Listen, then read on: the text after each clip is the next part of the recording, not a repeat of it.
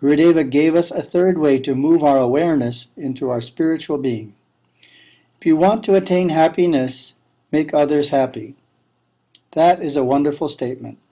Quite often we are unhappy because we are self-centered. We are in a selfish state of mind, concerned only about our life, our problems, our challenges. Life is not treating us fairly, we think, so we are unhappy. What's the antidote? Do something for other people. Try to make them happy.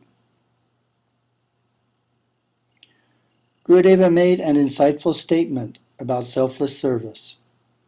Go out into the world this week and let your light shine through your kind thoughts. But let each thought manifest itself in a physical deed of doing something for someone else. Lift their burdens just a little bit, and unknowingly perhaps, you may lift something that is burdening your mind. You erase and wipe clean the mirror of your own mind through helping another. We call this karma yoga, the deep practice of unwinding through service the selfish, self-centered, egotistical vasanas of the lower nature that have been generated for many, many lives and which bind the soul in darkness. Through service and kindness, you can unwind the subconscious mind and gain a clear understanding of all laws of life. Your soul will shine forth. You will be that peace.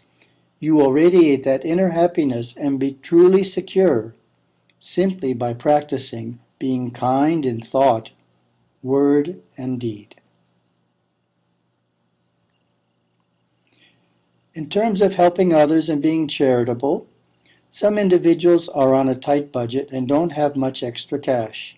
However, many forms of charity don't require cash. They simply require giving of our time. A few years ago, we visited Oroville outside of Pondicherry, South India, and spoke to some of the teachers there about how they imparted spirituality to their students. One teacher shared a practice that she found effective. It was to have each of her students help another student every day, but without the other student knowing they were being helped.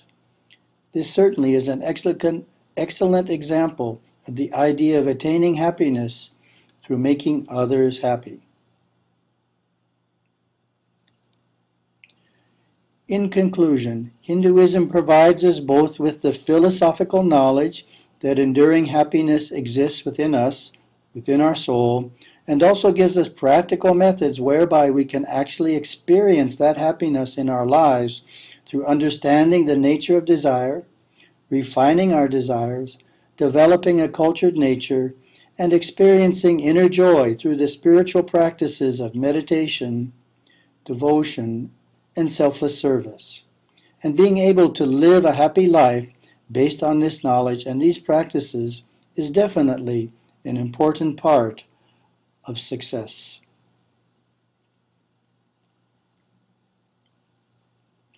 Remember these two statements. First, from my Guru, if you want to attain happiness, make others happy. And next, from Swami Chinmayananda, happiness depends on what you can give, not on what you can get.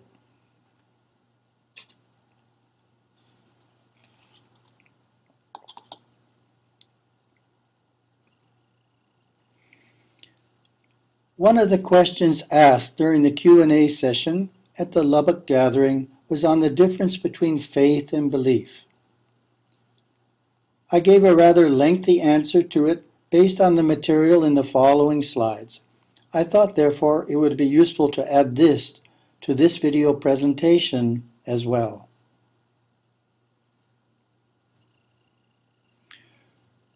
Earlier this year, I presented these ideas on faith, also at a satsang at the Chinmaya Mission in Houston, Texas. For that occasion, I added a number of quotes from Swami Chinmayananda, which I have left in the material. Faith is central to all the world's religions. Webster's dictionary defines religious faith as unquestioning belief in God and religious tenets that does not require proof or evidence. The Hindu view of faith is somewhat different. It is more than hope, more than belief. This is because in Hinduism, faith is not a static state. Rather, it is constantly deepening through personal experience and spiritual growth. The spiritual truths of Sanatana Dharma, initially accepted without proof, are ultimately proved through personal experience. Swami Chinmayananda succinctly conveyed this concept. Faith is to believe what you do not see. The reward of faith is to see what you believed.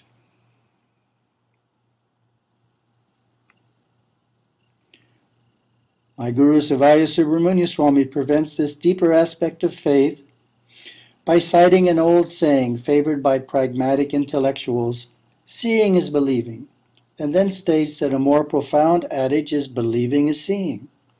He goes on to explain that today's scientists and educators often turn their perceptions off by seeing with their two eyes and passing judgments based on what they currently believe.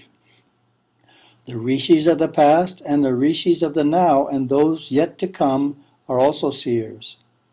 Their seeing is not with the two eyes, it is with the third eye, the eye of the soul. My Guru observed, the intellect in its capacity to contain truth is a very limited tool, while faith is a very broad, accommodating, and embracing faculty. The mystery of life and beyond life of God is really better understood through faith than through intellectual reasoning.